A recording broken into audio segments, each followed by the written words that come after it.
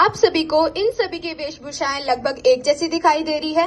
सामान्य रूप से भी यह सभी एक जैसे दिखाई दे रहे हैं।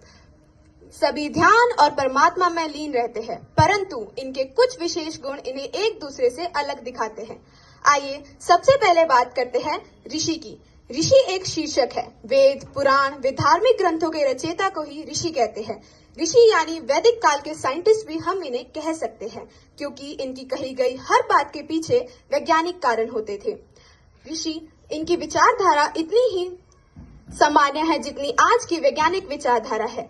ऋषि भी कई प्रकार के होते हैं, जैसे महर्षि, ब्रह्म ऋषि, देव ऋषि, राज ऋषि आदि।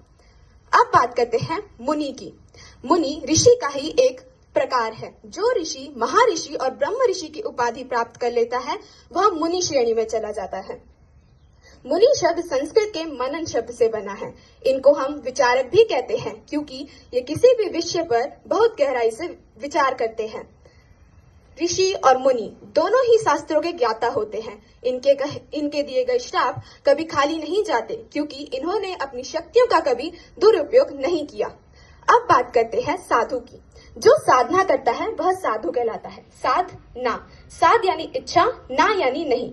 यह इच्छा रहित होकर साधना करते हैं। यह अपने गुरु के निर्देश पर साधना करते हैं। जो साधु ईश्वर प्राप्ति के लिए अपने वस्त्रों का त्याग कर देते हैं वह नागा साधु की श्रेणी में चले जाते हैं। साधु के लिए शास्त्रों का ज्ञान होना जरूरी नहीं है। अब बात करते हैं संत की। जो साधु अपने आप को शास्त्रों के बल पर साधता शास्त्रों का ज्ञान प्राप्त कर लेते हैं वह संत श्रेणी में चले जाते हैं। अब यह आध्यात्मिक चिंतन की जगह संसार से जुड़ जाते हैं। अपनी रचनाओं, शिक्षाओं के द्वारा लोगों को सही राह दिखाते हैं, जैसे कबीरदास जी, रहीमदास जी, रविदास जी आदि। जो संत जिस स्तर का ज्ञान प्राप्त कर लेता है उसे उसी स्तर पर उपाधि मिल जाती है।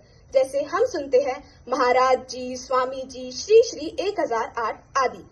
आशा करती हूँ आप सभी को इन सभी के बीच का अंतर स्पष्ट हो गया होगा। धन्यवाद।